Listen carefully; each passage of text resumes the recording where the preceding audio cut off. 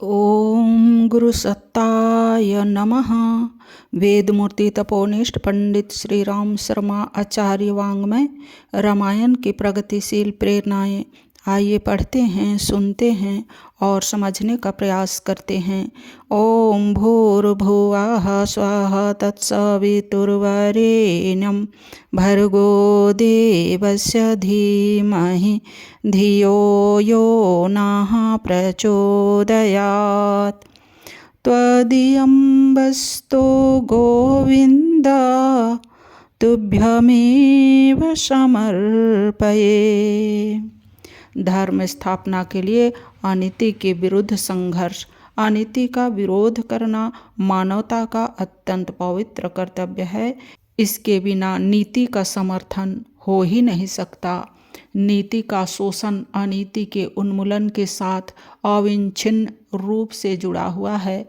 अनीति के अवरोध के 4 चरण हैं। पहला असहयोग, दूसरा निंदा, तीसरा विरोध, चौथा संघर्ष। अपनी स्थिति के अनुरूप इन चारों में से जहाँ जिसके लिए जितना संभव उतना अनीति का विरोध उसे करना ही चाहिए। सबसे दुर्बल एवं संघर्ष की प्रथम स्थिति यह होना चाहिए कि कम से कम अनीति के साथ सहयोग करने से, उसमें सम्मिलित होने से सर्वथा दूर रहें। किसी भी लोभ या भय के कारण अनुचित का सहायक या समर्थन न बने। उस प्रकार के कार्यों में सम्मिलित रहना भी एक प्रकार का समर्थन है। अस्तु ऐसे कार्यों में साथ रहना, सम्मिलित होना या उन प्रसंगों को रुचिपूर्वक सुनना भी नहीं चाहिए। उन प्रसंगों के प्रति घृणा, अरुचि एवं अपेक्षा ही व्यक्त करना चाहिए। दूसरा चरण है निंदा। अनीति प्रसंगों का प्रत्यक्ष नाम लेकर अथवा बिना नाम लिए ही निंदा करते रहना चाहिए, ताकि सुनने वालों के मन में दुष्प्रवृत्तियों के प्रति रोष जागृत हो और वे उससे सावधान रहने बचने की सतर्कता प्राप्त कर सकें और विरोध के लिए किसी हद तक तैयार हो सके। तीसरा चरण है विरोध, अर्थात अनैतिक कार्यों में रुकावट डालना। उन्हें सफल न होने देने के लिए यथास्थिति जो अवरोध उत्पन्न किया जा सकता हो उसे करना। दूसरों को उस कार्य में भाग लेने से रोकना।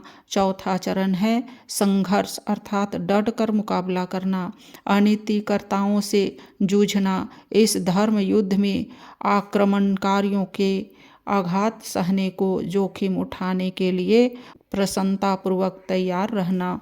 गांधी जी ने स्वतंत्रता संग्राम में इन चारों चरणों का देश की स्थिति देखते हुए प्रयोग किया था। सन 1919 में उनका असहयोग आंदोलन आरंभ हुआ। पीछे जलियांवाला बाग के घटनाक्रमों को लेकर देशव्यापी निंदा अभियान चलाया और विरोधी वातावरण तैयार किया। सन 30 में सत्याग्रह आंदोलन में धरना देने, कानून तोड़ने एवं प्रतिरोध खड़ा करने के अनेक कार्यक्रम थे। अंत में सन 42 का करो या मरो अभियान अत्यंत उग्र हो गया और उसमें हिंसा अहिंसा के सभी प्रतिबंध हटा दिए गए। यह लड़ने वालों की शक्ति और शत्रु की परिस्थिति को देखते हुए रण कौशल का निर्धारण था। कब, कहाँ, क्या, कितना किया जाए यह पीछे की बात है। मूल प्रश्न अनीति के उन्मूलन का ही, ताकि धर्म की स्थापना हो सके। भगवान का अवतार भी इन्हीं 2 प्रयोजनों के लिए हुआ करता है। भगवान का अवतार धर्म की स्थापना और धर्म के उन्मूलन के लिए ही होता है। वे इसी प्रयोजन के लिए अपने समस्त क्रियाकलाप नियोजित करते हैं। मनुष्य के अंतःकरण में भी जब भगवान का अवतरण होता है तो वह अपनी दुष्प्रवृत्तियों के उन्मूलन और धर्म मूलक सत्प्रवृत्तियों के अभिवर्धन परिपोषण में लग जाता है। बहिर्जगत में अथवा अंतर जगत में भगवान के जन्म का यही प्रयोजन है। गीता में भगवान ने यही प्रतिज्ञा की है, यदा यदा हि धर्मस्य ग्लानिर्भवति भारत अभ्युत्थानधर्मस्य तदात्मानं सृजाम्यहम् परित्राणाय साधूनां विनाशाय च दुष्कृतां धर्मसंस्थापनार्थाय संभवामि युगे युगे। यही बात रामायण में कही गई है। जब जब हो ही धर्म के हानि बाढ़ी असुर महाअभिमानी तब तब प्रभु धरी मनुज शरीरा करहि कृपा निधि सज्जन पीरा असुर मारी थापहि सुर नह राखहि निज श्रुति सेतु सियावर रामचंद्र भज जय शरणम जय जय सिया राम शंकर हरि ओम। राम राम जय जय राम सिया राम राम राम जय जय राम सिया राम। भगवान राम इन्हीं दो प्रयोजनों के लिए अपनी गतिविधियों को केंद्रित करते हैं। उनके सहयोगियों के क्रियाकलाप इन्हीं प्रयोजनों के लिए गतिशील है। मानसकार का मत है कि अत्यंत सीधापन और सज्जनता भी अवांछनीय है। उसे सामान्य लोग भोलापन, बेवकूफ़ी या कायरता समझ बैठते हैं। सज्जनों के प्रति सज्जनता का व्यवहार करना और दुष्टता के प्रति कठोर रहना संतुलित नीति समन्वय है। स्थिति के अनुरूप सज्जनता एवं कठोरता का ही औचित्य है।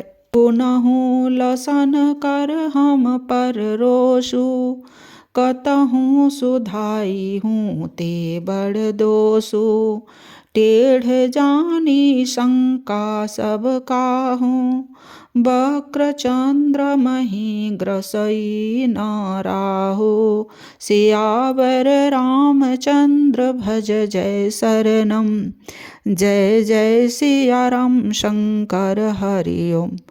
राम राम जय जय राम सिया राम राम राम जय जय राम सिया राम।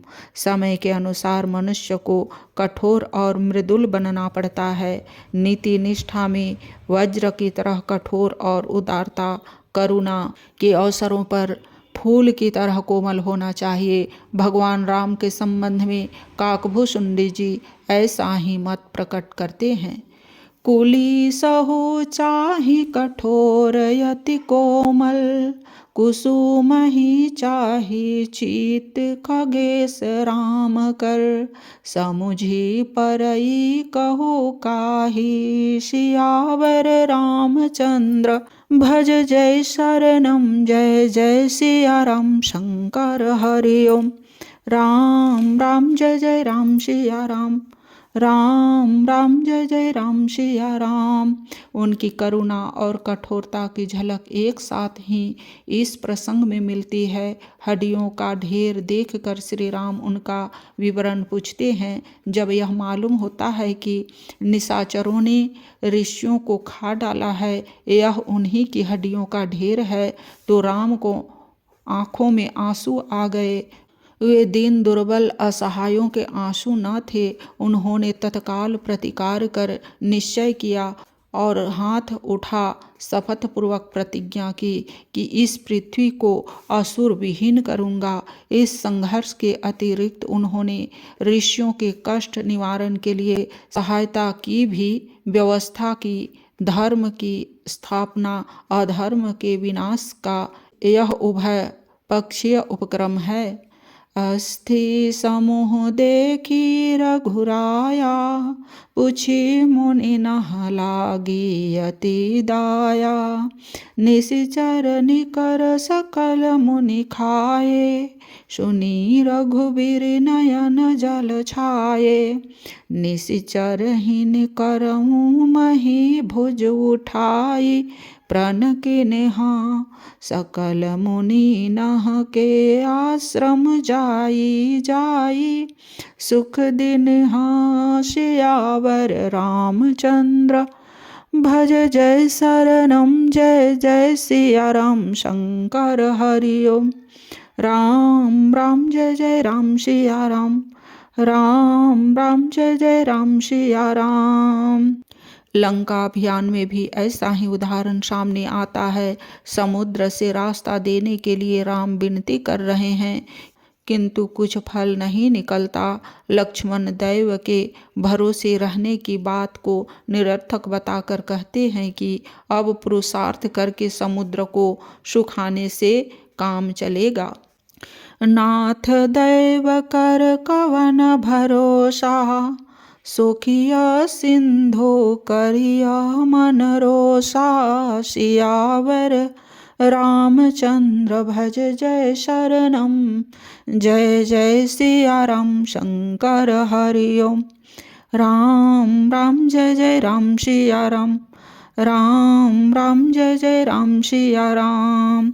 किंतु श्री राम नीति मार्ग से चलते हैं, पहले सज्जनता का ढंग अपनाते हैं, किंतु जब समुद्र के आचरण से यह प्रकट होता है कि वह शालीनता के ढंग से नहीं समझता, तो वे उसकी जड़ता का उपचार करने को तैयार हो जाते हैं। कुटिल खल दुष्ट स्तर के लोगों को प्रबोध करने के लिए उन्हें आक्रोश की कड़ुआई दवा भी पिलानी पड़ती है। सड़े फोड़े में नस्तर लगाना भी आवश्यक है। निकृष्ट स्तर के मनुष्यों को विनय के स्थान पर भय दिखाने से ही सुधार होता है। एक ही नीति हर जगह सफल नहीं होती। विनय न मानत जलधि जड़, गए 3 दिन बीत।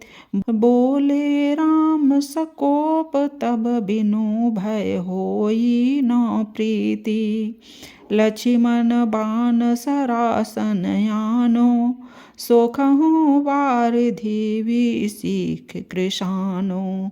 60 सन विनय कुटिल सन प्रीति, सहज कृपन सन सुंदर नीति।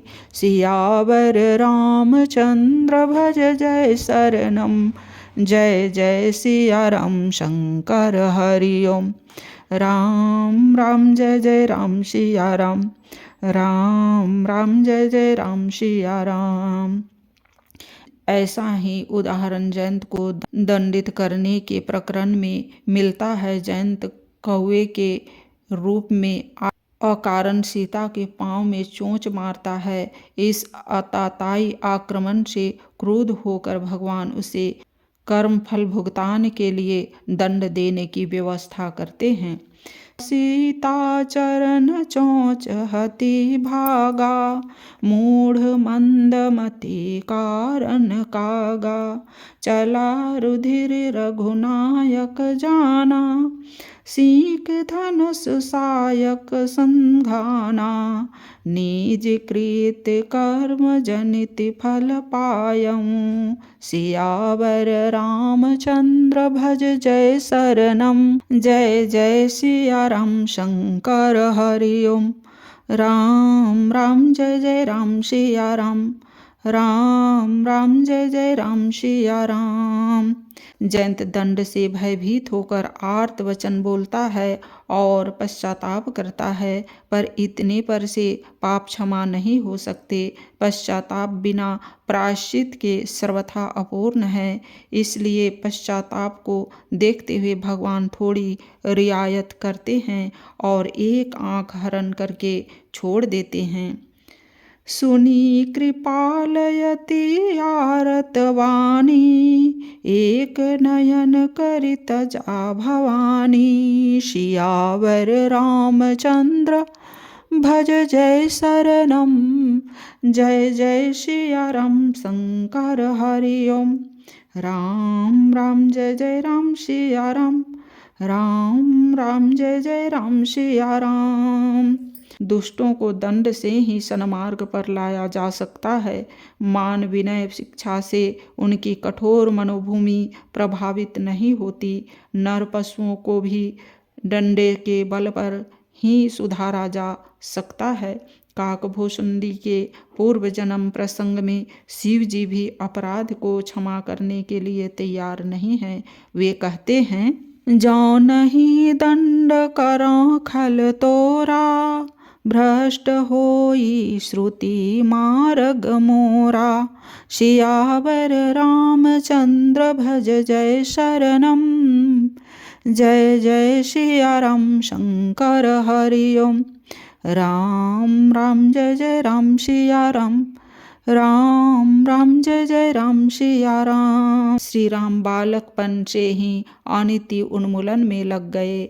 विश्व कल्याण के लिए, लोक मंगल के लिए अवतरित हुए राम और लक्ष्मण का शौर्य और साहस सिंहों जैसा था। उनकी धैर्य युक्त दूरदर्शिता अद्भुत थी। उन्होंने सत प्रयोजनों में लगे हुए मुनियों को निर्भय करने का उत्तरदायित्व अपने कंधों पर संभाला।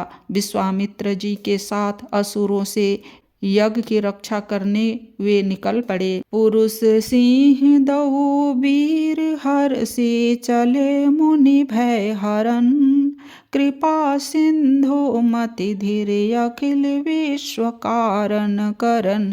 सियावर रामचंद्र भज जय शरणम, जय जय सिया राम शंकर हरि ओम। राम राम जय जय राम सिया राम, राम राम जय जय राम सिया राम। सत्कर्मों में सहयोग देना, उनकी सुरक्षा व्यवस्था के लिए कटिबद्ध रहना और जो उन सर्वहितकारी कामों में विघ्न उत्पन्न करते हैं उनसे निपटने के लिए बड़े से बड़ा खतरा उठाकर भी संघर्ष रत होना प्रत्येक शक्तिशाली व्यक्ति का कर्तव्य है। राम ने विश्वामित्र से यज्ञ की रक्षा करते हुए उसी पुनीत कर्तव्य का पालन किया। प्रात कहे वो मुनि सन रघुराई, निर्भय यज्ञ करहूँ तुम हो जाई। होम करन लागे मुनि झारी, आपू रहे मख की रखवारी। सियावर रामचंद्र भज जय शरणम, जय जय सिया राम शंकर हरि ओम। राम राम जय जय राम सिया राम, राम राम जय जय राम सिया राम।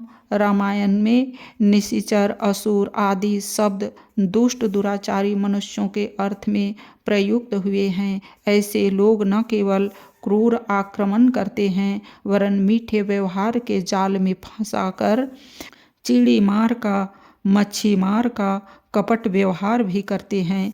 ऐसे लोगों के दांव घातों से रक्षा करने के लिए संकेत किया गया है। करहीं उपद्रव असुर निकाया, नाना रूप धरहीं करी माया। जिनके यस आचरण भवानी, ते जाने हो निशिचर सब प्राणी। सियावर रामचंद्र भज जय शरणम, जय जय सिया राम शंकर हरि ओम। राम राम जय जय राम सिया राम, राम राम जय जय राम सिया राम। ऐसे अनैतिक तत्वों को समाज से उन्मूलन किया ही जाना चाहिए। श्री राम इस प्रकार के अनीति उन्मूलन के लिए सदा तत्पर रहे। वे धनुष यज्ञ प्रकरण में परशुराम जी को समझाते हुए कहते हैं कि अनीति के विरुद्ध संघर्ष करना पुनीत क्षत्रिय धर्म है। इससे जो भी कतराता है वह निंदा का पात्र है। देव धनुज भूपति फटनाना, समबल अधिक कऊ बलवाना। जोरन हमहि प्रचार कोई, करहि सुखेन काल किन होई। क्षत्रिय तनु धरि समरस कामा, फूल कलंकु तेहि पावर जाना।